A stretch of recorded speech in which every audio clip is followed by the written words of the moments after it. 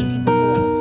Langkah awal yang harus dilakukan ialah dengan membaca terlebih dahulu bahan bacaan juga serta bagian-bagian tertentu saja. Tujuannya apa? Tujuannya yaitu untuk mendapatkan gambaran umum dari bacaan tersebut.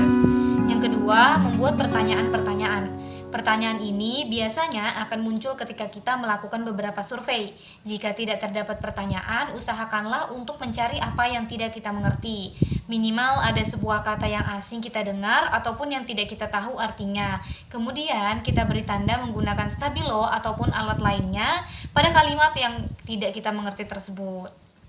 Yang ketiga, ada Membaca merupakan langkah dalam dominan. Di dalamnya langkah-langkah membaca kritis ini, membaca di sini sebagai metode untuk mencari jawaban dari pertanyaan-pertanyaan yang muncul di dalam proses survei bacaan tersendiri. Yang keempat, kita harus melakukan evaluasi. Evaluasi merupakan langkah di mana terdapat pertanyaan yang muncul. Apakah kita sudah bisa menguasai bahan bacaan ini ataupun belum? Yakinkanlah bahwa kita sudah memahami bahan bacaan tersebut atau belum. Yang kelima, ada meninjau ulang. Meninjau ulang merupakan cara terakhir yang ada di dalam membaca kritis. Cobalah kita untuk menutup kembali bukunya, lalu pikirkan apa yang sudah kita dapatkan dari bacaan tersebut.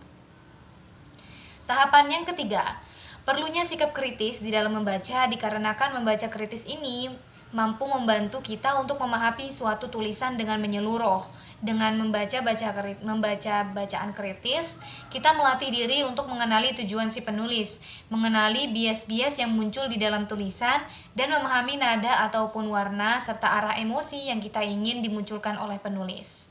Tahapan keempat, meningkatkan sikap kritis dalam membaca. Meningkatkan sikap kritis dalam membaca merupakan suatu hal yang perlu dilakukan untuk mengetahui sejauh mana kita dapat bersikap kritis di dalam membaca. Selain itu, membaca kritis ini juga merupakan teknik menemukan dan mengevaluasi informasi teks tertulis yang dimana jika diartikan bahwa meningkatkan sikap kritis dalam membaca dapat meningkatkan cara kita untuk menemukan informasi dan menjadi lebih efektif lagi.